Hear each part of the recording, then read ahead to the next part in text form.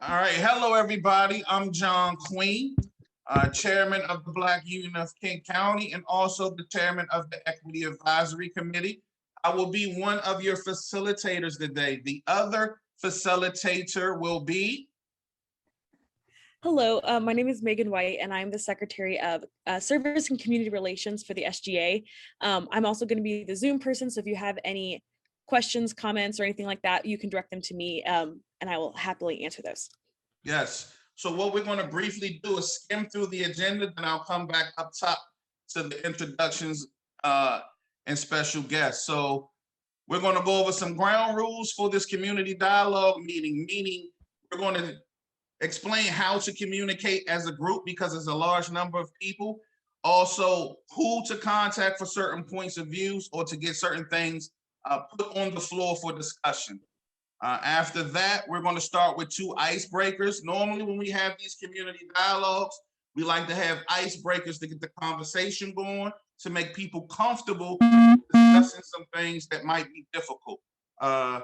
Today, some of the icebreakers will be the Black Lives murals, and also here in Chestertown, but then also we might discuss the George Floyd verdict.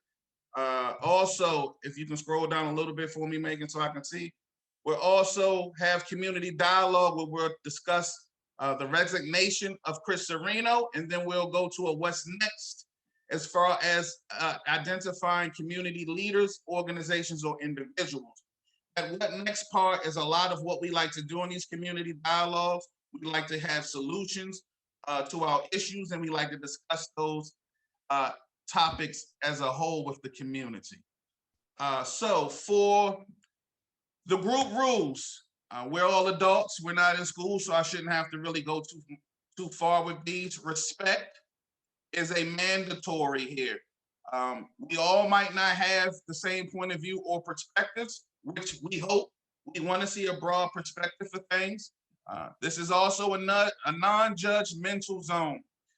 If someone says something you disagree with, you can disagree, be respectful, and articulate your point on the opposite side, but we're not judging here. And then also, anything you say or comment, please make it productive because we are recording this for a bigger picture. The Chestertown Unites Against Racism. So everyone on this call, your voice is important. Your input is wanted. So please make sure it is productive. For communication, the meeting will be controlled by the 2 facilitators, myself and Megan. If you talk too long or you break one of these rules, we will mute you. You only get 1 warning. We will kick you out of the meeting after you get muted if you do not fix your behavior. It is what it is.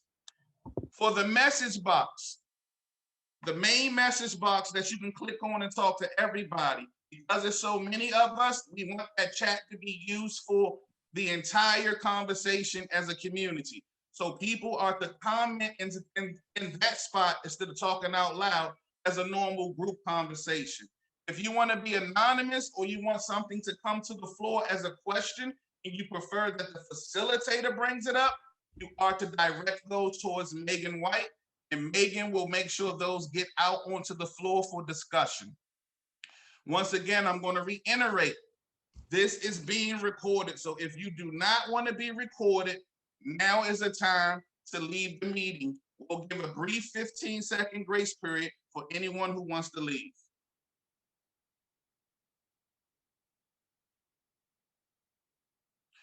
All right, we'll go with introductions. All right. You can take the screen off, Megan. I got it. So for introductions, the first thing I'm going to do is introduce any special guests. Where is he? Councilman David Foster is joining tonight. So I'm going to give David Foster the floor. He's going to introduce himself, but also the second part of this, Councilman Foster, just briefly describe yourself and then tell us why you are here participating in this event tonight. The floor is yours, Councilman. Thank you, John. Appreciate being invited and pleased that there's so many people involved this evening. I'm here for, I think, at least 3 reasons. One, that I am a council member. This is my 4th year as a council member in Chestertown Town Council. Another is that I'm vitally interested in this role of Chestertown Unites Against Racism. And the third part is that I think we're unfortunately lagging behind on the Unites part. We haven't yet figured out as a community how to disagree without casting the other as an enemy. I think that was one of the reasons that led to Mayor Serino's resignation. We can get into that later. I miss him. I think he did a great job. And I think it's incumbent on all of us to figure out how we can unite in a common cause. Thank you. Great. Thank you, Councilman. Councilman, for everybody, real quick, which ward are you a councilman for, please? Yes, I'm in Ward 1. And so this is the kind of the upriver end of Queen Street, Water Street, Campus Avenue, this side on the upriver side of 213. Got you. Thank you, Councilman. Also, before we go to introductions, if you would like to speak and be called on by the facilitators, you are to use the hand raise icon on your screen. Do anyone not know how to use the icon? It can be found under reactions. It says raise hand.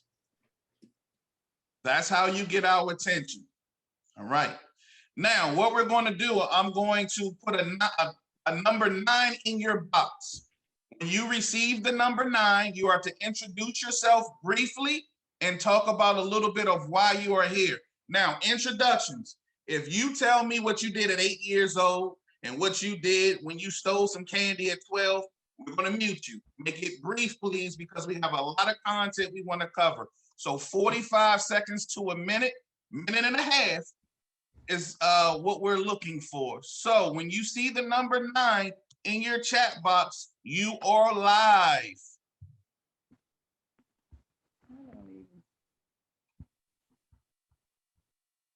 Hi there, my name is Linda Moyer. I am a massage therapist here in Chestertown on Cross Street. I am here to learn and to help give my heart power to raising everyone's vibration. So I'm looking for, peace, unity, equality. So thank you. Thank you, Linda. Hi, my name is Camden, and I'm the Secretary of Student Life at for the Washington College Student Government Association. And I'm here to help learn what the WAC Student Government Association can help do to help unite the town. Thank you, Camden. Hi, my name's Kyle Wilson. I'm a pretty junior professor at the college. I'm here to educate myself, to listen and learn and get less ignorant. Thank you, Kyle.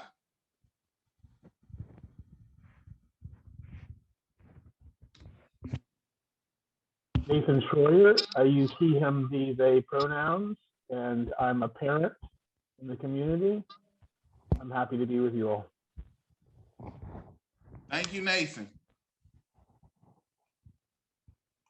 Hi, everyone. My name is Samantha. I'm a student at Washington College, and I'm on Megan's Senate Student Government Association. I'm here today because I think it's important that the town and the student body unite together to go against racism. Thank you, Samantha.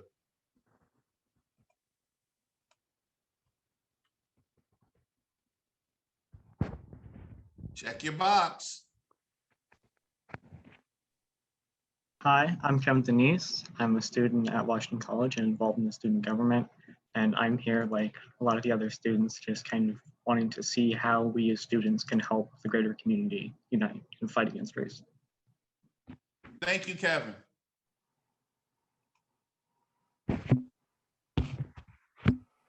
Hi, my turn. Hi, I'm Mary Alice Ball.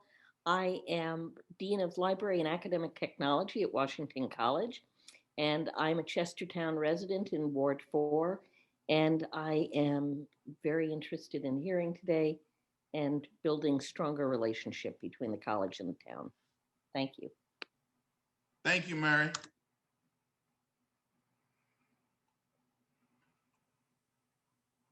You have to unmute, Cheryl. Got it, got it. Okay. Well, now everybody knows who I am since I'm the techies one who's not very good at that. I just wanted to come on and see what was going on. I always like an opportunity to listen and learn also. Thank you, Cheryl. Hi, my name is Nick Splendoria. I'm a student at Washington College. I'm involved in a few things, and I'm here to learn about how we can make Chestertown a more diverse community and what we as students can do to fight against racism in Chestertown. Thank you, Nicholas. Hey, Megan, is it too early for me to say I like the Washington College students you have on here so far? Is it too early? No, it's never too early for that. Oh, what I'm hearing so far. Next.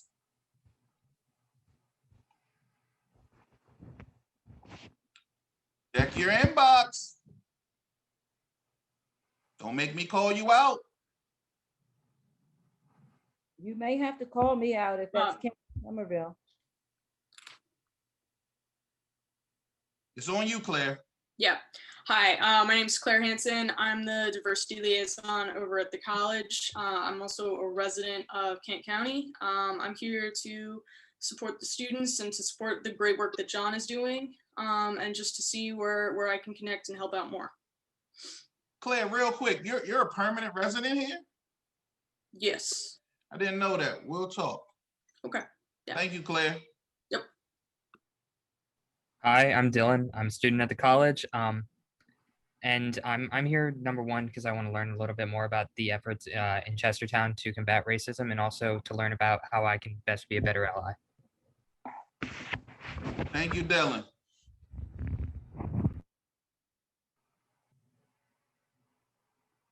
Hold up, my screen then shifted. Hello, I'm Olivia Montez. I'm also a student at the college, and I am here today to help out in any possible way that I can to learn more about my community and also to help out against acts of racism. Thank you, Liv. Liv, you actually attended the first community dialogue, correct? Yes, I did. What was your impression about the first dialogue? I thought it was very interactive, and I definitely did learn a lot, and I'm very excited to continue to learn more. Thank you. Hi, everybody. I'm Professor Kitty Maynard.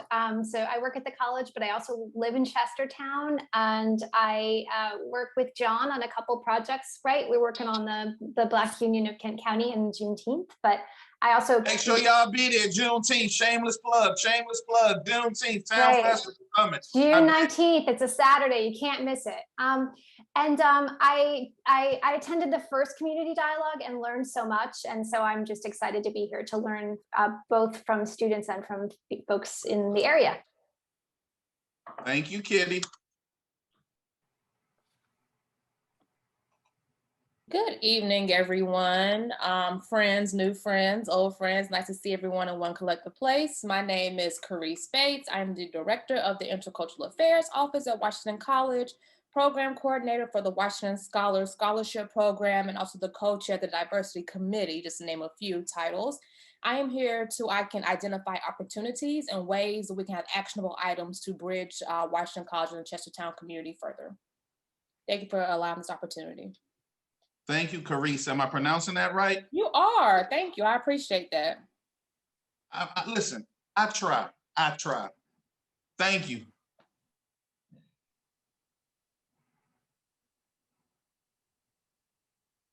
Check the boxes. Check your box. Don't make me call you out. If it's Elena, call her out because she can't. Nah, it's Samantha. Oh. Come on, Sam. I don't know what the. Oh, I already went. You already went. Oh, it's There's another Samantha. So Samantha, sorry. light work. Come on, light work. I didn't know what it meant. Sorry, it's a snazzy John code. Am I introducing myself? I'm so Oh, you just joined. Okay, yes. You are briefly introducing yourself and telling everyone why you're here tonight. Oh, I'm here because look at all these awesome people who wouldn't want to be here. So I'm Samantha Holloman. I live here in Chestertown, and the chance to see this many college faces just really hasn't been happening because we've really been missing you guys in town when you weren't on campus for so much of the year. And I'm just really interested mainly to listen and see what's going on and see how I can maybe pitch in if there's a really cool event coming up like Juneteenth. I beat you to it, John Queen. Listen, we do shameless plugs all night. I'm down. It's great. Thank you, Samantha.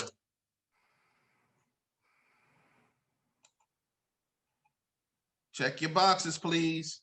Oh, Sharon, what's Sharon? Sharon can't hear. Sharon, how are you? I'm good. Oh, go ahead, Sharon. It's on you. Oh, okay. Hi, I'm Sharon Sledge. I work at Washington College. I'm the Chief Academic Technology Officer. And I'm here because I'm tired of being frustrated about the racial divisions in this country and feeling all kinds of emotions, and thought that this might be a good way to, see how I can be part of the solution and see how, what's going on between the college and the town.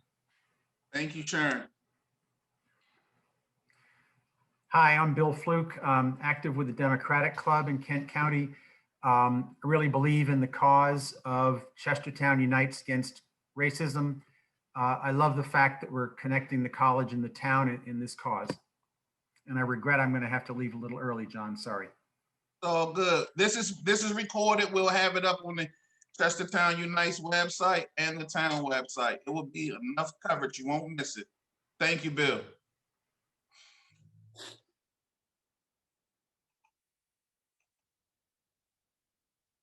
Check your inbox, please. Mr. Taylor. Well, hello there. Oh, there it is. Okay, hi. Charles Taylor, Ward 2 resident here in Chestertown. Particularly interested in this session because it's bringing the college and the community together. And it seems like there's been, for whatever reasons, too little of that in the past. So looking forward to building bridges. Thank you, Charles.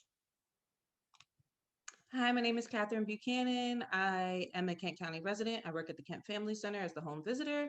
I'm a member of the Democratic Central Committee. I'm a part of Bayside Hoyas and the Black Union, just to name a couple. Juneteenth, said it before you could.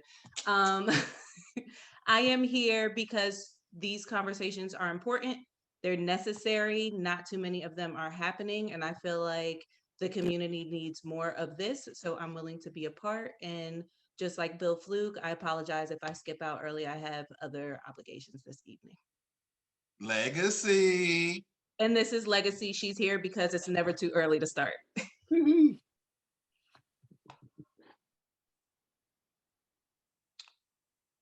Sabelle, you're probably occupied. Are you ready? I'm trying to cook dinner. Don't burn. Listen, don't burn your food and blame us. Don't do that. Hi, I'm Sabelle Jones. I'm a CEO of a nonprofit in Washington, D.C., but I am on the James Taylor Justice Coalition, and I'm working with John on our book club this summer with the Hoyas and Juneteenth, and the Black Union. We're going to be reading Sherilyn Eifel's book on the courthouse lawn. Also, we're doing an exhibit that'll be downtown starting in May, so check it out. We have an event on May 15th with Sherilyn Eifel, which John will be a part of. I'm here. Unfortunately, I have to leave shortly for another meeting for the James Taylor, but I just want to support. I want to, I'm older than a lot of you. I'm so excited to see all these students, but I'm just so sick and tired of this racism in our country, and whatever I can do to be a part to make a change, that's what I'm here to do, and listen and support. So thank you, John, for inviting me. And, Yes. and I'm sorry I have to jump off early. Yes, and let everybody know from the James Taylor, I can't make it because I'm here, Sabelle. Thank you.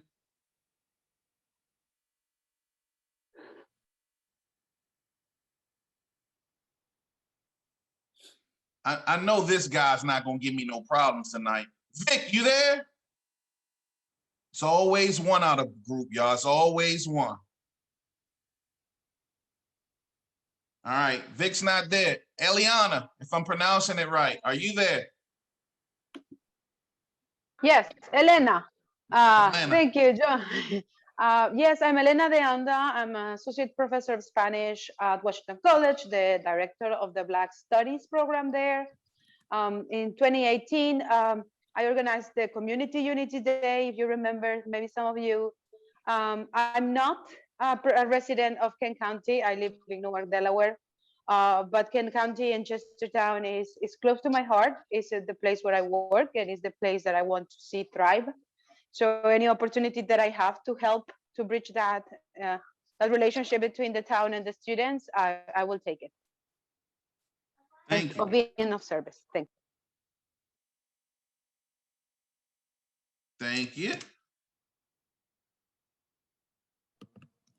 Hello, my name is Kyle Rufo, and I am here representing Washington College and more specifically the Student Government Association. I just would like to participate, to learn, to just find out what I can do to support and just best participate in this dialogue. So thank you for having me. Thank you, Kyle. If anyone has not went, please unmute your mic so we can know, please.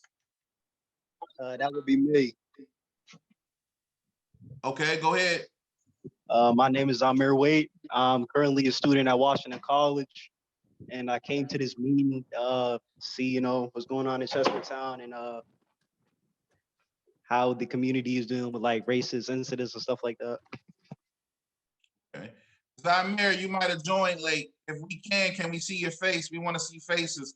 Now, I know some of you all might be doing things at home where your face can't be shown, but we would like to see faces. All right. Is there anyone else left? Going once? Going twice? Yeah. Hi, I'm Mariama Keita, a sophomore at Washington College, class secretary of the class of 2023 and social chair of the current BSU exec board. And I'm here because it's an important conversation to have. So thank you for holding this. Thank you. Pronounce your first name again, please.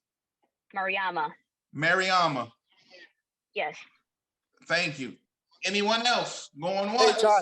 Hey, John, could I jump in? I think. Hey, listen, Vic, hold on, Vic. We're not going to do this with you tonight. You already tried, Vic. Go ahead, Vic. Go ahead.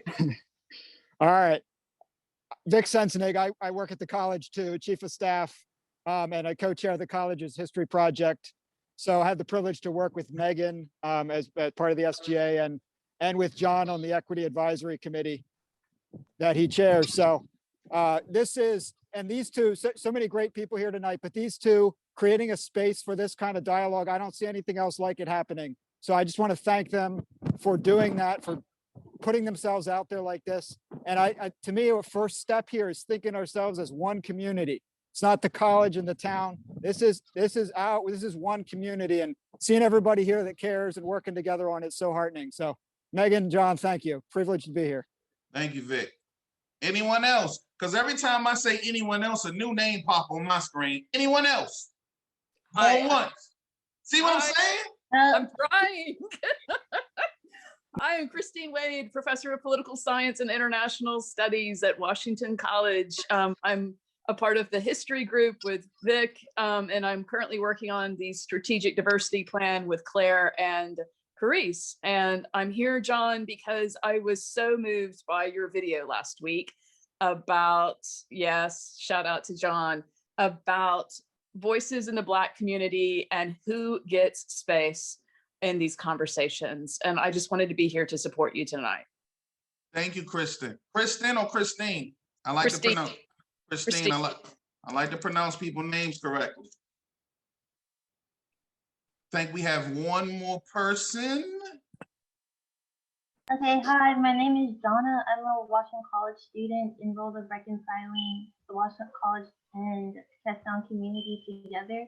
I'm here to listen and to learn more ways to support and build a bridge with the students. Thank you, Jonah. Thank you.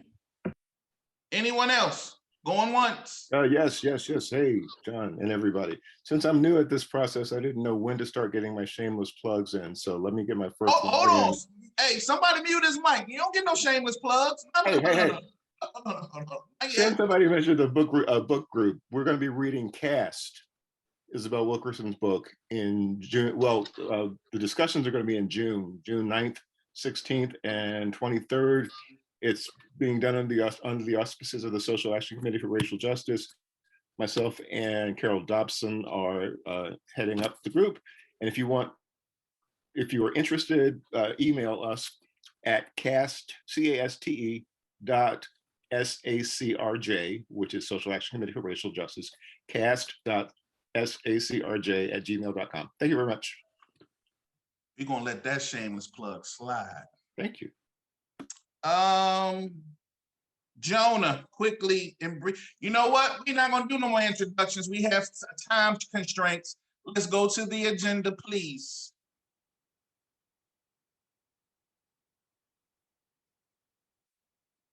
So just to give a little quick background on why we're here and how we got here. So the Chestertown Unites Against Racism plan started last year. I got those next to Megan. I'm good. The mural than George Floyd. Just make sure you remind me to stay on top of it. You can take the screen down. So first thing first, I want everybody to unmute your mics. I want to hear feedback. I want to hear you smacking your lips. I want to hear you burning your food. I want to hear your dog bark. I want to hear your kids. I want this to be as close as a real conversation as it can, because we want you all to jump in. It's just if it gets too overwhelming, we'll start muting and having you all use the hand raise. But I want this to be a genuine conversation between community members where we're openly flowing and discussing how we feel. Now, how we got here. We got here due to the Chestertown Unites Against Racism plan that formed, I'm a little rusty. I want to say October 2020. And this plan is a 16-month comprehensive plan with 3 pillars. The 3 pillars are education, legislation, and unification. This community dialogue falls under the education pillar in the section community dialogue. Anyone here who has not caught up on the plan and want to see some of the progress, just make sure you go to chestertownunites.com. And when you pull it up, you'll be able to see a timeline from the very beginning, and you will see everything that has been contributed, not only by the town and the council and mayor, but by the citizens of Chestertown right there on the timeline. So now here we go with the conversations. I know you all been waiting to get your juices flowing. So what we're going to do is start first with the original reason all of this started, the 2020 uprising and the Black Lives Matter mural and the Can't Breathe murals right here in Chestertown.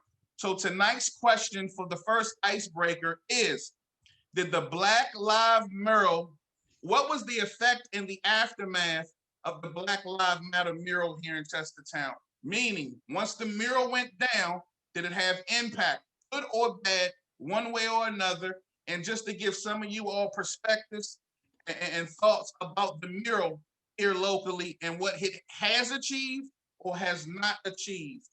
Who would like to be the first person? Your mic should be unmuted, so just start talking. So I will say that the effects were we were able to say, yay, we did it too. And that was pretty much it. It was something to look at. It's there. I don't feel like it absolutely changed a thing. It was, you know the word I'm looking for. It was just something to see. Symbolic. Something. It was just symbolic. So let me ask you this, Kat. Do you think the paint wore off, the effect of the mural wore off quicker than the paint actually did? Yeah. Okay. Come on, y'all, jump in. Even though it's kind of faded now, it's still good to see it. I think my initial reaction to it was that it was just kind of a performative thing, that it didn't really, it didn't really do anything. It didn't move the needle, but I'm glad it happened. And it's, yeah, I guess I'll leave it at that. I'm glad to see it, and I'm glad we did it. All right. Let me hear one of you college students. I'll go. Hi, everyone. I'm Jonah. I feel like as a college student, I would have to agree that I thought it was very performative. And I didn't really see any substance behind it. I just didn't see any point to it, because I thought there could be more action done than painting a mural. And that's just personally my thoughts. I thought that time could have been spent formulating action plans, discussing, having conversations that would lead to solid action plans. But that's just me. Cheryl, I think you were going to go next. Cheryl, go ahead. Three things. I felt like it was a visible sign of support by the town leadership, which I thought was great. Second, I was talking to a few African-American people, one specifically who I remember saying that she was older. It was a real source of pride for her. She was excited about bringing her family, her little grandkids, to see it. She felt like it would be an opportunity for conversation because you never would know, as she was showing that to her family, who might come up. Maybe a white person would come up who wasn't very supportive and would understand maybe in another different way something that he or she didn't understand before. And the third one was racist whites had to have it in their faces to accept it. I was walking downtown one day and there was a man who tried to burn rubber in his truck, in his pickup. And I saw him. He was white, about my age. And he drove down the street and I thought, wonder if he'll come back. He did. And I was already in the street with my phone taking his picture. He saw me. He was really mad. He was very defensive. And he said, I didn't do anything. So I felt like, all right, at least here's one guy who had to see that there was at least one other white person who was in favor of it and who was going to call him out. So I felt like it was a good thing. Before the next person go, let me make sure I always give context to why we are here. We are here because of Chestertown Unites Against Racism.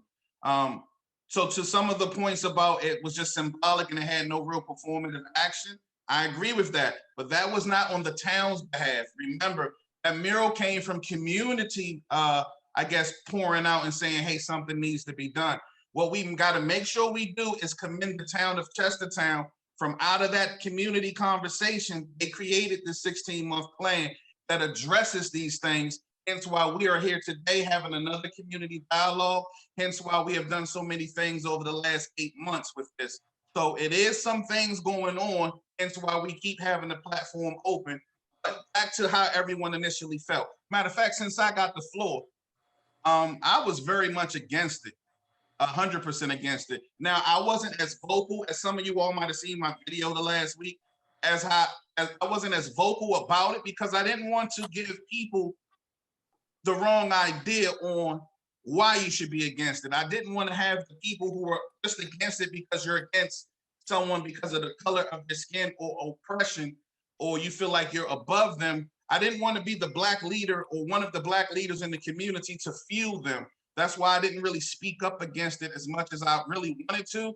But for me, it's just paint in the street. It does nothing for my soul, for my daughters, for my neighborhood to have that in the street to speak to the Black community. I do understand having it in the face of some of the downtown business owners or homeowners to a degree, but for John Queen, largely and overall, that was pretty much painting the ground to me. It meant nothing. So come on, y'all, jump in. If I can jump in, I think there are benefits to it, but I think we have a tendency, as this we predominantly meaning white people, have a tendency to put a safety blanket over ourselves. So we did one thing, oh great, let us check that box off, we're all set. And I think that's what happens a lot of times with like statements or Instagram posts or murals. And it's like, no, that's nothing. Like that's you got to keep going up, you got to keep climbing, got to keep doing better. And so I think a lot of people don't go that extra step. So yeah, if you want to support the mural, that's great, but now do more beside that. Don't let that be the safety blanket that you like hide under for the rest of your life. Which is a good transition to the next icebreaker topic. And keep in mind, even though we're going to the next topic, if you want to jump back on the mural or try to jump back and forth, feel free. This is a free-flowing conversation. The safety blanket in the white community and feeling like you're doing more. And also in the Black community, feeling like whether or not enough is being done or more should be done. Let's talk about the George Floyd verdict and how we all feel about that. So anyone, jump right in. Don't make me call names. Samantha It's Holloman. about time. That's really all I gotta say. It is about time that they did that. And the fact that he just looks so dumbfounded at the fact that he was guilty, I was like, yeah, you're going to jail. And I hope you rot. That's it. Everything Jonah said. 100%. That's what I think. Let me ask this question to the whites in the room. Do you all feel like that really means something to the Black community? Be honest. Like this, that's one police. We didn't see about maybe double-digit police murders in the last year. And so far, one person has got found guilty and been sentenced. Do you all think that means something to the Black community? John, I think it was significant as to me that we finally had other policemen speaking out against Derek Chauvin. There was a crack in the blue wall of silence, and I felt that was a significant step forward. There are a lot of wonderful policemen out there, but if they're afraid to speak out against one of their own, we have very serious problems. And so I was pleased with it for that reason. I think, oh, sorry. Oh, can I speak next? I'm Mary Alice. So I find myself like, why should I be excited? You know, is this really going to stick? Is it really going to indicate change? And it seems like we've been here before. You know, I hope people don't get complacent because of, you know, one case where this police officer got taken. You know, that if anything, we just have to work harder because, yeah, as David just said, you know, there's how many murders, you know, how many police atrocities every day, every week. We cannot let up. We really have to be vigilant and keep this going. 2 people have been shot within the last week, a male and a female. Dylan, I think you wanted to speak. Yeah, and I'm sorry that I interrupted last time, but It's all good. Listen, because I'm going to interrupt everybody. This is a community conversation. Interrupt. Come on. yeah, and also Zoom makes it, you know, more complex. But I think that it's good that there is accountability for that case, but it doesn't like change the system or anything, you know, because, you know, one guilty verdict isn't going to go and fix the whole like systems of racism and white supremacy in this country. And also, you know, talking about kind of how the idea of like the blue wall kind of breaking, I don't know if that's true really. I think that part of it was like they might be trying to cover their butts or something like that. You know, I think that there's so many problems that, you know, I don't think that one case can possibly try to change anything. Let me ask this. Mary brought up a good word, complacency. This question is for the Black community in this community dialogue tonight. Are we as a Black community, have we become complacent and not demanding more and accepting whatever the status quo is for us? Are we complacent with just tolerating these actions and just like, that'll pass over, it is what it is? I would like to hear from the Black community. Are we complacent as a community? I think overall, yes, because sometimes we get to the point of like, what else can we do? You know, like it's almost like how many more of us have to be sacrificed for something, you know, and what else can we do? We keep seeing what has happened from the past and it's just repeating itself. So the verdict was in favor, great. George Floyd is still dead. You know what I'm saying? And he didn't have to be. So, okay, someone was held accountable on the blue side for once. Plenty of us have been held accountable for less. So it's kind of like, you know, how much more can we give out and what more can we do to get to the level in which we feel we're entitled to? Mary, to your point in the message box, is that complacency or is that more realistic sense of helplessness? You raise a good point. I mean, I feel helpless, I feel helpless more than I feel complacent. I mean, and sorry, because I think white people, we're all complacent, but I really feel a sense of helplessness. And let's, same question, you can all jump in pertaining to whichever side, to the white community as well. To Mary's point, have you all became complacent? Or do you all have a sense of helplessness? Of course, when you're oppressed in the Black community, one word we can always throw is helplessness, but as the white community, sometimes do you all feel helpless? I mean, I'm not necessarily a white person here, but I just wanted to say something that was discussed this morning with my students, and I think what struck us the most is that what we expected, honestly, was the other verdict, right? We were expecting impunity. And I think that says something about how we are as a society right now, that the surprise was accountability, right? And that impunity, we're getting really used to impunity, and to corruption to some extent. And it's becoming a part of the daily life, and it's on many levels that the people that we have chosen as leaders are remaining unaccountable, and we are, it's more of systemic thing than I would say a moral choice. Since you got the floor, let me ask you this question as well. Do you think we as a society are confusing justice with accountability? I think I'm coming from a very corrupt country, right? Mexico is a very corrupt country, and corruption is part of it, is a culture. And I think the United States for a long time has been told itself this narrative that there are checks and balances. And the reality is that they are not. And we saw that very, very in our faces. And there's still not checks and balances, even with Biden on the presidency, right? There's people who are dying as we speak, who are people of color.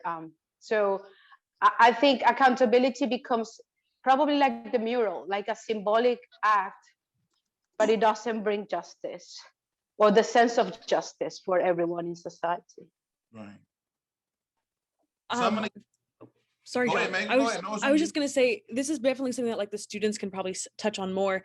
So today, the president of our college released a statement that discussed the verdict, and the president used the language, "This is justice."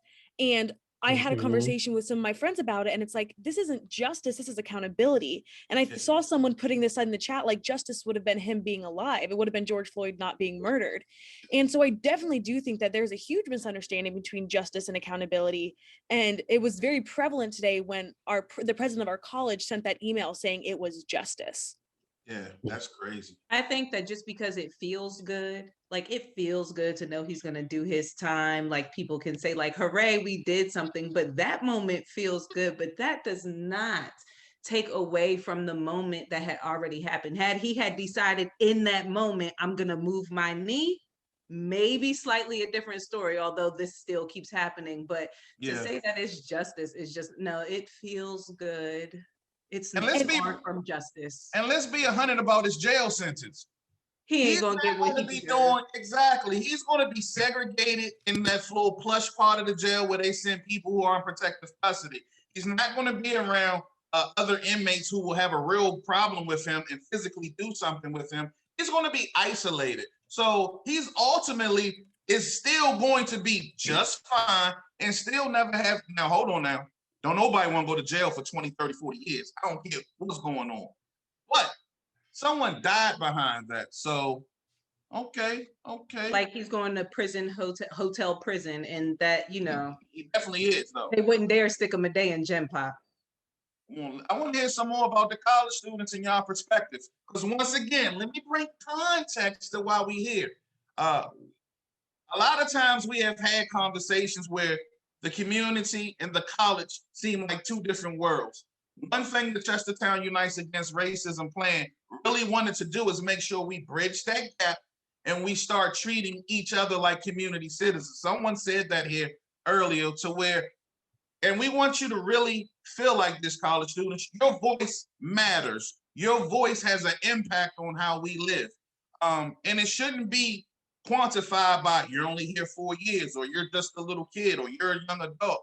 We want to hear your voices because ultimately you all will be leading how these movements move forward, and you will ultimately have to live with the decisions and consequences that a lot of people are making on your behalf. So I would definitely like to hear about more from more college students. So somebody jump in. Now, I do call names. Don't make me do it. Cool. Kevin. Yeah, I'm trying to think of something more original to say that hasn't already been said, because I know there's been a lot of good points raised, especially with the justice and accountability thing, because that is certainly a misconception. I guess kind of going back, well, actually, I think something like going back to the point with the mural, to me at the time, like personally, it did a good job because being a college student, and I don't even live in Maryland, I live in Virginia, so I'm not physically close to the community at that time.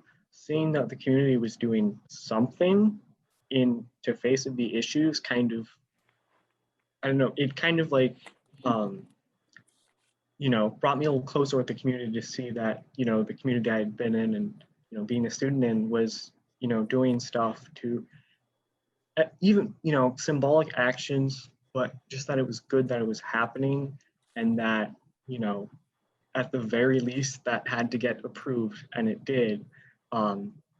And so that there was some acknowledgement on the community level. And so I kind of had this connection with the community as, you know, I was kind of isolated, and, you know, I wasn't interacting with other people outside of my family about the issue because I couldn't, you know, like meet people or do any of that stuff.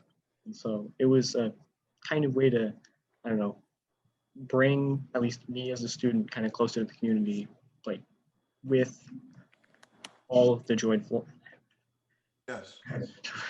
Floyd stuff going around at the time. Thank you, Kevin. Councilman Foster, and I don't want to put you directly in the seat, but I would like for you to express how important is it as an elected official to hear from the student body at Washington College for you to do your job? How important is that for, and I don't want to be specifically like you, I'm talking about council and mayor as a whole, the government body of Chestertown. How important is it to hear the voices of the student college or the student body at the college?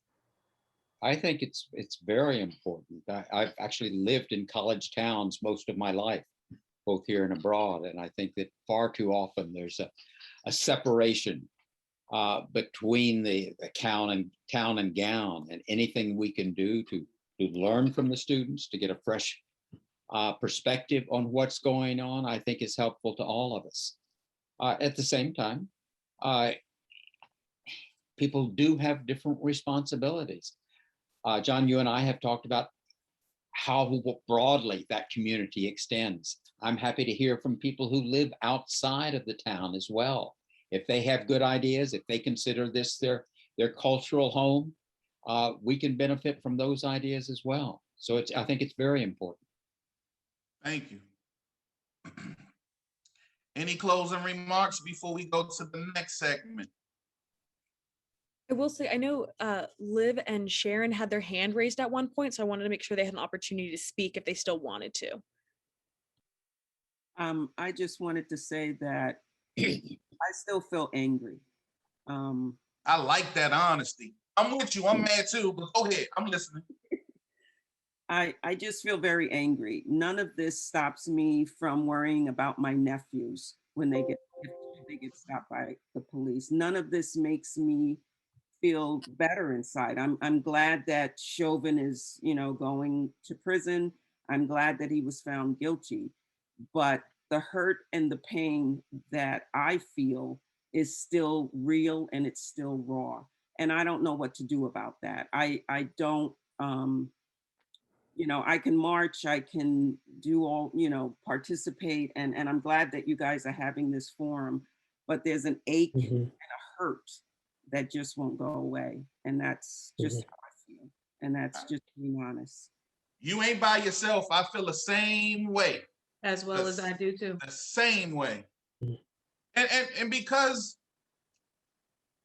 it's a level of pain and hurt that as a Black community, we throw a veil over our face. So you all will never see that from us. I don't know if it's tradition, culture. We hide it so well, but when we have these candid conversations in our house or with people who the complexion is the connection, it's a sort of pain that comes out in the way we describe and talk about these things, that if you're not Black, you will never comprehend or understand that part. It's just a dynamic that is just something we only can express and deal with. So when she says she's angry, I get angry sometimes just thinking about the what ifs and the why nots just about racism, and it puts you in this, I guess, this endless spiral of anger, helplessness, complacency, and then after. Now, hold on. I know we're recording, but I'm going to use 2 cuss words today. So let me get my first one out the way. When you get to a certain point in life, when you're beat down constantly, you start to say, fuck it. And you take that approach with all social issues because you feel like no one is listening to you. So I agree with that 100%. We're in the same boat. And I don't think that's a bad thing for us to feel angry or feel like we're not being heard. Not just anger, if I can chime in, but also to be completely honest, fear. A couple weeks ago, I had gotten pulled over for lights in the back, and the only thing I could do was look at my daughter, and I immediately was afraid. And that is not something that I had felt when I first started driving. And, you know, I wanted to go over the speed limit and it was fun. But I genuinely was afraid because I just didn't know. Because we have seen for air fresheners in the car, you know, for whatever it is. And it just was like, I got pulled over. And when I saw the lights, I was like, is this my moment? Yeah. Is this the moment that I leave here with my daughter in the backseat because of lights or whatever? At that moment, I didn't even know what I got pulled over for. And when we're talking about justice, when does that fear go away? When I can drive and get pulled over and not have any ounce of fear, that's when we can talk justice. And I don't ever really see that coming. Yeah, I don't either. As a 69-year-old Black man, about 3 years ago, when I had just moved here, I was pulled over for, I think it was lights. I think it was the same thing. And you do your pulse quickens, you know, all the sort of fear response that that you get when you don't know what's going to happen, all kicked in. I was so thrilled when the guy walked up to the side of my car to see that it was a Black police officer. So that was like, because I was thinking, you know, what have I done? Where have I moved? What, you know, not that this doesn't happen everywhere, but in 20 years living in DC, you know, I'd never been pulled over, you know, for anything like that. So I just felt like, wow, where am I? This really feels like, I don't know, you know, like a throwback kind of a thing. Sorry. Because we want to move on to the next topic, but Jonah had his hand raised. So we're going to let Jonah go. And then Kitty, if you could wait until the next topic. Okay, perfect. So I have to be the time person. So what I wanted to say was just adding on to the police topic. I was pulled over once for headlights. There's a person in here who knows that story. But you know, being pulled over, it was scary because you never, like, you don't know what's happening. Like, all I see is lights behind me. And I mean, it was dark, it was nighttime. And I was with one other person, but I didn't want the police officer coming up to the window being like, you know, ma'am, are you okay? Like, is he like hurting you or something like that? Like, it was so many things that were running through my mind.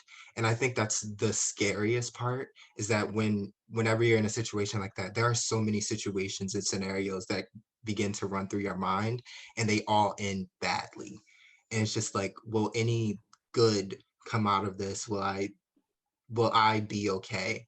And luckily I was. But even after, you know, he had pulled off and I was good to go, I was still shaking because, you know, I got a warning, I didn't get a ticket, but like the fact that, you know, it still happened, I was still shaking. And, you know, I tried to hide that from my friend, but she could still see it.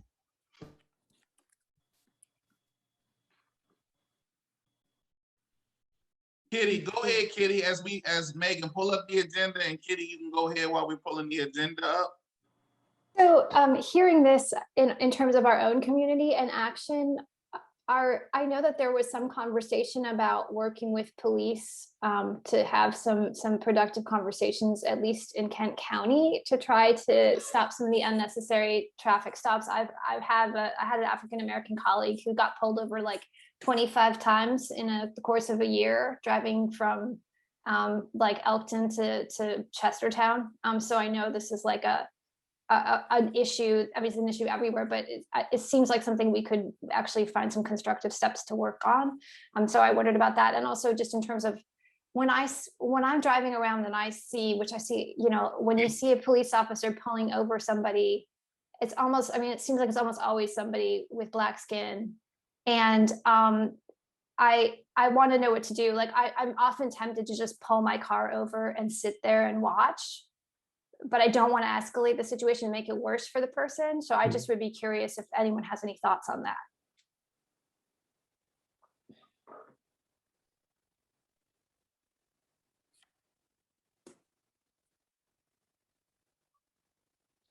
I don't want to leave you hanging, but like, can you repeat that? Like, what exactly thoughts? Sorry, I had two actually. So I had one, which is more of a systemic thing, that what we can do. What are things happening in Kent County, constructive things that are happening? And David might have some answers for this in terms of the town, in terms of working with the police to help prevent these unnecessary traffic stops and help train police so that they don't escalate situations. But then on the other hand, I was thinking, just like personally, as somebody who is in this area as a white person, a lot of times I see people who are pulled over. A lot of times African-American people are getting pulled over by the cops. And I wanted to know, my instinct, what I want to do is pull over and just sit there and watch to make sure nothing happens, to be a witness. But then I feel like I'm going to escalate things and make it potentially worse and more dangerous. So I was just curious if there were any suggestions there. It depends. Megan, drop the screen, please. I know what's next. We're going to go to the mayor next. It depends. Because I ain't going to lie. If I see somebody pulled over, I might do the quick glance to see if I know that person. But I ain't stopping. I ain't getting in it, because how am I going to subject myself to whatever's going on? That's how I feel, because I'm not going to lie. I don't fear much. I get real nervous when police are around. I just get nervous. I don't know. That's something you have to ask yourself. Like, if you see something escalating and you can record it, or you can intervene, do it. Like, I'm pretty sure George Floyd wished someone intervened, but maybe they die in the process. You never know. It's countless people who have had people intervene, and it went bad for everybody. So it's one of those things because ultimately you got to protect yourself first. Like, I hate to say it, it's self-preservation. You don't always want to, because what if you're intervening a dangerous person who has 5 guns in their car? You don't know the level of why that police stopped that person. And I have some friends who grew up as police. I've seen what happened when you intervene on their stops, and they treating you like you broke the law. So it all depends. I think here in Chestertown, to your second point, and then David, I'll let you elaborate before we transition about what was going on. I know within the town plan, police reform is in the plan. But that was going on by another organization at the time. And a lot of these plans have organization. This plan is for community organizing. It's the unite part, where organizations were taking on different tasks. So we heard earlier about the book clubs, about lynching. I know Social Action was doing some things with police reform. There's several groups who are doing their due diligence on these things. Now, as chairman of the Equity Advisory Committee, we still have to go over all of these things and see what worked, what didn't work, and then how we can advise the town to move forward from that. I will say this about police reform. I think that's just a made up phrase. It's a catchphrase like Black Lives Matter. You can't reform the police when that system is built by the government of America. You just can't reform that. I think some of the things that were mentioned are more foot patrol in the local neighborhoods for police. Now, I don't know if the foot patrol was catered more so towards just the Calvin Heights area, because we all see in Chestertown where the police frequent and where they never go. I never see police by Heron Point or that back end by the middle school. I never see police downtown in Ward 2. I never see them on the opposite side by the river. You know where I see them all the time? In a little traffic stop on High Street, or maybe riding up and down Calvin Heights, or situated at one of the gas stations up on 213. So it all is the perspective on what helps and what not helps. When I think about police reform, forget the police. Let's work on the judicial system and not giving these sentences out at a disproportionate rate to the minority impoverished community. We can start there. We can do things like that. Because the police walking through my neighborhood doesn't make me any more friendlier with the police. Now it's just, oh man, the police out here, I'm uncomfortable where I live now. So police doing this or bike patrol, this is just my opinion. I think it's wasted money and wasted effort, because that police still has to build that relationship with that community that is assigned to protect and serve. And a lot of people don't feel like they are upholding those two issues. So, John, let me speak to just a couple of steps that have been taken, and I think useful ones, but they're not the end goal, but I think there's steps in the right direction. Some of this was meeting brought together by the Social Action Committee on Racial Justice. They did get agreement from the Chestertown Chief of Police, John Dogos, and also from the sheriff to institute a duty to intervene. This is on the part of policemen. If they see one of their colleagues who's overly aggressive, even one of their superiors who's not following policy, they have a duty to intervene. Now, whether that's going to be enforced, implemented, I don't know, but at least it's a first step there. Another one is the training in de-escalation, or trying to avoid things unnecessarily escalating. Again, it's going to take a while to implement that, but I think that's a good step in direction. One other, and this isn't new, any citizen really can request, and Kitty, I would encourage you to do this, to do a ride along sometime. Because I think the more people who ride with the police from time to time, this is an opportunity that's going to have to wait till COVID is over, but sometime this coming fall, let them know that you would like to ride along. If for any reason they don't agree to that, let me know and I'll see that it happens. Because I think that's an opportunity for them to see that the community's interested in. And I think if enough of us do that and let the police know what we're expecting, what we hope for, I think that can be a step forward. We're not going to have, a silver bullet here. I think it's going to be a lot of little steps direction. Some of them be symbolic, but even those can cause the discussion that we desperately need to have.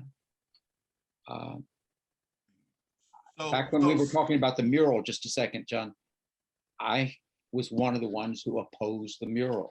You know that. It wasn't till after I saw how important it was to so many people. It's a symbol, but we have symbols for all kinds of things. They remind us sometimes that we do have a common spirit, a common goal. So I'm not going to dismiss something just because it's a symbol. I hope it doesn't become a symbol of division. I feared that it would, and my fears were misplaced. I've yet to see now that that's created further divisions. I think that's a perfect segue, Councilman Foster. Thank you. To the next topic, the resignation of Mayor Chris Sereno. If you have not had time to read why he resigned, it's in his own words. You should read it because we don't want to speak for that man at all. But also, so here's the part in the town plan where myself and Megan work extremely hard to make sure that college students have input on this. Now, community members, we all see this unfold and we all have opinions and we all do our rounds and talk about this. But for the college students, this is going to be a little quicker fast forward than the last community dialogue if you were all a part of it. Today, we're not separating the conversation. Today, we are treating you all as a community member, and we also would like to see how in tune you all are and what is going on in the day-to-day operations of your community and the things that are happening with the council, with the mayor, with Ajax Park, with any of these things. So we're going to go ahead and talk about the mayor resignation. Any comments about that? I'll dive in. Obviously, like you just said, John, like we're trying to break this idea that the college and the town are divided. But unfortunately, that still exists a lot. And I got to work a lot with you, John, and I've worked with David Foster a lot. But I also worked a lot with John Serino, or Chris Serino, sorry. And one of the things that I really enjoyed about working with him was he treated me like I was his equal, and that he like genuinely cared about the concerns of students. And one of my like first thoughts when I heard about his resignation, because he was an amazing guy as well, like one of my first thoughts though was the students just lost an advocate. And if we truly want to like build this bridge where there's not a divide between the college and the community, we have to have advocates and leadership roles. And so that was like really disheartening to me as well, because I was like, with all the stuff the college wants to do, we just lost an advocate that's like the highest position who will like back us and treat us like we're equals in the community. College students, do you all feel that same type of feeling that Megan has just expressed? Unmute, you got you. Listen, this ain't no election. I'm gonna speak. I think that in a way I agree with Megan, but not fully. The thing is, I just had such little interaction with Chris Serino. I think he was a great guy, but I didn't really get to have much interaction with him regarding mayorship kind of stuff. Like I just saw him in big settings, but I would have much rather had like personal conversations with him, just to let him know about the Black student experience. So when Megan, this isn't anything against you, but when you said like you know, you felt as though he was a student advocate, my first thought was like, which students? Do you mean the white students, or do you mean all students, including Black students, LGBTQ plus students, like things like that? So that was my first thought. Him resigning, I've heard about it some time ago, that his mayorship was coming to an end. And I was just thinking about how, like, we're currently going through a change of leadership in the college, and now the town is going through a change of leadership. And now I'm just wondering, will leadership ever be, when will leadership be stable? Like that's really me. Like, good point. It ain't no stable leadership in Kent County, but that's a good point. And that's my thing. It's like, I want to be able to have a leader who is stable, who is here during my tenure at Washington College, so that I can build a relationship, so that I can talk to them, so that they can understand what is happening, so that, you know, every time we change leadership, I have to keep starting over from the ground up to build this new relationship. And I'm sick of that. Let me ask a question to your comment about the personal relationship to the mayor. Have any of you students ever reached out to your representation, whether it's mayor or councilman, introduce yourself, told them about some of the things that you're doing at the college, some of your concerns? Because David will tell you, they get emails about everything, and I'm pretty sure you all have that same privilege and right. Have any of you ever reached out to your council or mayor about anything? To hear a college voice. Somebody answer me. I can speak a little on that. I'm a college student here, and I also rent a house in the town. I live on High Street, so I kind of get a little bit of a duality of living in town and at home. And I think a lot of the problems that students face is, although we want to be a part of the community, we are only this community for 4 years. And I think that hurts a lot of students. We talk about revolving faculty, revolving leadership. We have revolving student bodies too. And I think a lot of students, like I know I'm more involved and politically active in my hometown in New York, like than here sometimes, just because I'm there more and I'm here part-time. And I think that's a big issue that faces students a lot, is trying to make those connections while you're only here for such a short period of time. Although those connections should still be made. I agree. I agree. Let's hear some community members. How do you all feel about the resignation of Chris Serino? I'm not giving mines. Everybody's seen the video. We all know how John Queen feel about it. So I want to hear about some other community members. How did you all feel about it? So if I can jump in, I have like 3 thoughts before I lose them. First of all, if any of you see my friend Chris Serino out and about, walking to work, etc., he's still the great guy. And he's a people advocate. He's been like that as long as I've known him. He's been an incredibly close friend for more than a decade. My kids are friends with his kids. He's a people advocate. Where he is still, excuse all my dogs. John said we need all that noise. That's good. Feeling like we right there with you. Go ahead. So if you see Chris, he's still Chris. He still cares about whatever's happening for you in a given day. He will still advocate for you, still help you out. The comment Jonah made about when will leadership ever be stable? I don't think leadership is ever made to be stable, right? It's all about people getting along with people. And I think that chapters change and we don't really get to pick when they change. Maybe they change for a reason and we can take advantage of that and tweak things to kind of be more current when the current changes. So I hope you don't feel too discouraged that all of a sudden we've had a shift. Well, let me ask this to that leadership question. What is leadership? Because if we're just looking at an elected official as a leader, that might be a problem with somebody like John Queen, who's been a leader for 10 years. His leadership in this community is all about. Point.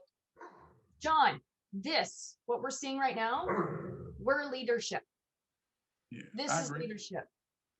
Having the uncomfortable conversations with the dogs barking and growling in the back, like meeting new people, being vulnerable and like talking about the stuff that really matters to you. That's leadership. Agreed. In my view. Let's hear from one more community member because we got 15 minutes and I want to get to the after the conversation part to speak to more of the leadership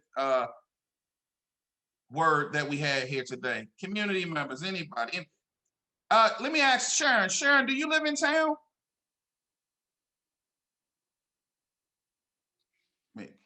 Maybe she's not there. She lives in Dover. In Dover, okay. Sorry, eating. That's fine. I was asking, did you live in town? No, I used to live in Chestertown, or at least in Queen Anne County part. One more community member, and then we'll go to the next part of the agenda. Anybody? Cheryl, Kitty, how you feel about everything that's being discussed? The mayor resignation, the rotating leadership or unstable leadership. How do you all feel? I largely agree with what you said in your video, John. I think it was a real shame. And I think that there were some factors involved that it prematurely pushed Chris Serino out and didn't have to be that way. And that was a real shame. And I saw some posts on Facebook that were pretty well put that, you know, I think there were some folks that didn't stand up enough for Chris when he was very embattled. And I would count myself among those people. Like, I should have been there. I should have said, I've got your back, Chris. I agree with you. And I didn't do that. I kind of just watched from a distance, and this is the result of doing that. So I learned a lesson. And I think the town is suffering for it. All right, we're going to transition to the next thing. But while we do, I'm going to throw some shameless plugs in. So that video she's referencing, you all can check that out on Black Union on Facebook or Instagram. But go to Facebook, it has the full video. All right, I got it, Megan. What's next? Identifying. Okay. So, but also ChestertownUnites.com. Make sure you go to that because we try to put material up as much as possible. Every time we do something, we try to put it out. Black Union, in Washington College SGA, make sure you keep supporting these organizations, because these organizations are understanding what that word unite means, and we're starting to work together, and we're doing it from a way which is genuine, where both sides feel heard and both sides feel like their voice is being, disseminated into the community, if I'm using that in the proper context. So Jonah brought up a good word, and this is what we wanted to speak with, the tie into not only the town plan, but the community dialogue from the first one. We weren't able to get to accountability or solutions. So what we want to do today is, as a group, talk about leadership and who are these leaders in our community, whether it's an individual, whether it's an organization, private stakeholder, or institute. Who are these leaders? How can they help with the plight of racism or Chestertown uniting? And then ultimately, how can we hold them accountable? So if you want, in the message box, type out names or organizations or individuals that you think are leaders. Also chime in and just call some of them out. Now, I'm gonna start with one. I think Megan White is a leader. I met Megan, it was last October, Megan, was it? Yeah. So last October, she reached out to me. Before the plan was really even had two wheels under it, she reached out and said, I want to hear more about this plan. I want to follow that plan, because she goes to the council meetings. So we started having conversations, and anyone on this ever talked to me candidly, I'm very forthcoming and very blunt with my conversation. So Megan got treated no difference. I didn't treat her like a kid or a student. You're an adult, we're going to talk. And some of the things she was saying just automatically spoke to leadership. I hear that point, Mr. Queen, but how can the students be a part of this? I hear that point, Mr. Queen, but our voice is not being heard, and can you put it in a position where it can be heard? So for me, as it pertains to the college, Megan is actually the first person I met student body-wise who I felt like put a lot of what the community deals with on her shoulders and kind of plays the college and the community side very well. So for me, I think Megan is a leader in our community, because leaders not always elected official or because we're older. Leaders is exactly what it means. You're leading someone to a goal or solution. So in my opinion, Megan is a leader. Oh, I can keep going. I don't got no groups, no end. So maybe that's the problem. I'll go. Go ahead, John. So I think another leader, well, leaders that are on this call are the students who are here, because even though you may not see it, I can tell, they're taking notes. They're taking either, whether it be physical or mental notes. They're they go back to their communities. They tell their friends. They're like, okay, here's what's happening, and they've done work on their own. Especially like, for example, Mariama, she's on the Black Student Union exec board. So I think all the students who arrived and who are, here to put in the work, are leaders, and that their work shows for it themselves. I like that.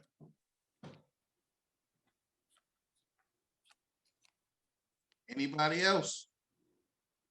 I'll just put the name of Sumner Hall out there, because I think Sumner Hall is doing a lot of quiet things that are going to make a bigger splash a little later, but there are a lot of good folks there who are really working very hard. Would agree. Any other leaders? Well, I think it's obvious that you are also a leader, but I think specifically your like organizations like Bayside Hoyas and Kent County Black Union are like big organizations that I've been happy to partner with, that I think are like huge leaderships, and obviously you are in charge of them, so you therefore are a huge leader. But I think those organizations as well. I'm gonna call on some people names I haven't heard too much today. Don't be offended. Nicholas. Yeah, we call people out around here. That's what we do. So again, I think, again, like Jonah said, all the students are incredible leaders. Megan, special shout out because she's a close friend of mine and she's an incredible leader. Also want to give a shout out to Dr. Maynard. She is our advisor for College Democrats, and for my little bit of time working with her, she has been an incredible resource and leader. So just wanted to give her a shout out too. Anyone else? All right. Go ahead, Jonah. The floor's still Yeah, open. sorry. I had to interrupt just a little bit. But I think another leader on here, two leaders are Christine Wade and Elena Deanda. I think they deserve big claps for all the work that they do and all the work that they consistently do. Especially Dr. Wade. I have a class with her, and just hearing her thoughts on certain stuff, I just sit there and I'm like, wow, I feel like I'm learning something every day, and that's really what I want. And Professor Deanda, I'm working with her now. I just got into the Black Studies minor, so yay! And she's been a great help. So I hear Christine Wade name a lot. Go ahead, Megan. Oh, I was just going to say, I also think some other leaders in like a very unique way are Liv and Erica, because they are involved in the Washington College, like different publications. And so I think they present a unique form of leadership where they come to these things and then are able to like expand it to people who couldn't come and like share that information. Let me ask this. When your leaders, whoever they are, however they come, whatever shape, size, form, when your leader isn't doing what you think he or she should be doing as a leader or institute, how do we hold these leaders accountable? Talk to them. Can we march them all to a big house and lock them in the basement? Can we do that? I feel like something, I think I just heard someone say it in the background, but just talking to them is so important. Just because they're a leader or in a position of leadership does not mean that they are above getting talked to, that they are above criticism. And that's something that I had to learn myself. It could be the mayor, it could be the president of the college. You can go to them and just be like, hey, I didn't like the way that this happened, or I feel like you should be doing this. I've done it before and I've had it done to me. Having it done to, it kind of hurts because it's like, whoa, like I didn't know that I was doing this wrong, but at the same time, it's like it's a learning experience and you grow from it. And being able to not call someone out, but call them in and just be like, hey, I feel like this should be done better. It allows the whole group to do better. And for a leader, let me say this, because I don't think they get their due diligence. The town of Chestertown is leading this fight right now. Look at the Eastern Shore, each and every county, and see which county is doing more or town than Chestertown. Look at Talbot. Look at the trouble they're having with their council. Look at Dorchester and Cambridge. Look at the problems they're having. And then look at what we have here in Chestertown and how much we have moved the pendulum since 2020 of last year, during the global pandemic and a social uprise. So I do want to make sure we get this out my mouth. I'm talking for the group now. The town of Chestertown is leading. They are leading. They have an action plan, and they also are starting to do things that no one else has done before 2020. They have college students and community members in the same room talking about the same issues, trying to get on the same page. That has never happened in my decade of living here. Also, what we see in this room, some people have gotten out now. How many times have you seen this many Black people in a meeting like this? Then how many times have you seen this many young people in this dynamic? So Chestertown gets a lot of kudos for putting the citizens of their town in a position to make change together. That could be a perfect segue to giving Councilman Foster closing remarks. What you think? I'm not sure I'm up to the closing remarks, but I think we've all got to recognize this is a learning process for all of us. I think we've got some great council people, some great community leaders. I haven't seen too many people who are perfect here. Every one of us is learning. And I'm pleased to have the opportunity to learn from all of you and to share ideas. I think if we can come out with that and recognize that it's probably not going to be a silver bullet that's going to change everything. We need a better term than bullet here, I'm sorry. But we need to recognize that it's going to be a lot of us working together and probably a lot of small changes pushing in the right direction. I think we can do it.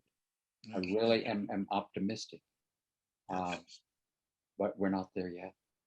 Thank you. Good. Thank you. So, real quick, everybody, what you all think about tonight? Is this needed? Is this something you all want to see continue moving forward? Yes, absolutely. I only heard one yes. I see some hand now. I gotta hear the voices. I was typing more. Yes, yes. Hell yeah. Yes, yes.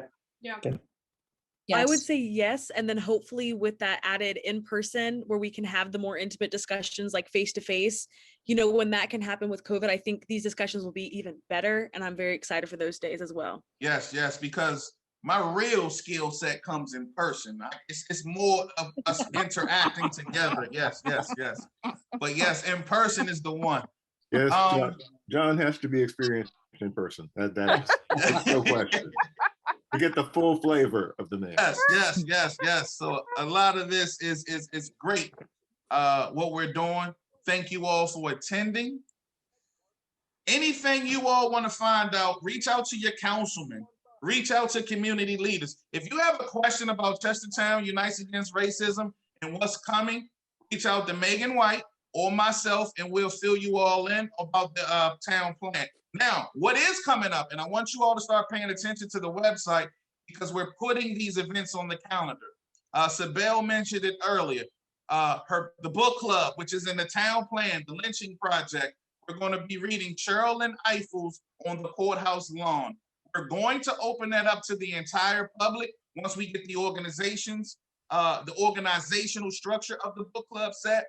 But Sherilyn Eiffel herself will be a part of the launch day, which is May 15th. And also on that day, May 15th, the James Teller Justice Coalition is doing Justice Day. As a matter of fact, David, you might can speak to that. Am I saying these things correctly? Yes. Okay. So yes, May 15th, tune in. They'll be doing Justice Day. They also have the young lady, Savannah, who fought for the marker in Delaware about lynching. So it's gonna be a lot of great things. They're gonna announce the essay winner from the high school contest, if I'm not mistaken.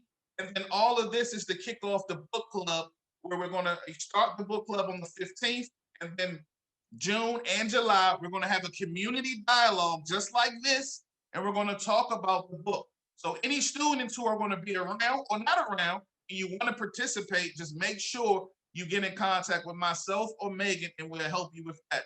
Now that'll start in May. June, I'm gonna just say it closing. Juneteenth Town Festival, organized by the Black Union of Kent County, with a host of sponsors and people helping that event. Don't miss that 2-day event. The Friday the 18th, we're gonna have a pre-block party, some music, live entertainment, little informational things, but then the ceremonial day on Saturday from 10 a.m. to 8 p.m. at Wilmer Park. Friday will be at Fountain Park. Saturday will be at Wilmer Park. It's gonna be food, fun, music, entertainment, completely free. And this is a part of the Chestertown Unites Against Racism. Juneteenth is under the unification section. After all these hard conversations and these community dialogues, we all will need to celebrate, hang out, let our hair down, and just experience each other as a community. We will be enforcing COVID rules at the state and federal level, so wear your mask. And that's why we're using Wilmer Park to give us some room for social distancing. So it's a lot of things coming up within this town plan. Just make sure you go to chestertownunites.com.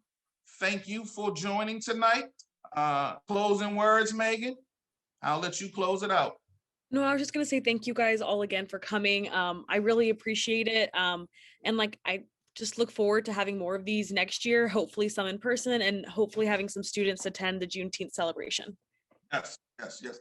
And if anyone wants to volunteer, email us at blackunionkc@gmail.com. We are looking for volunteers.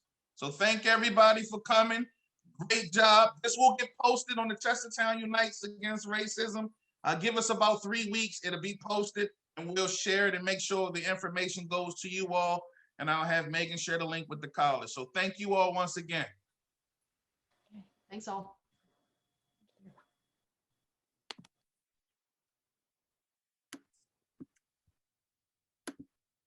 Thanks, John and Megan.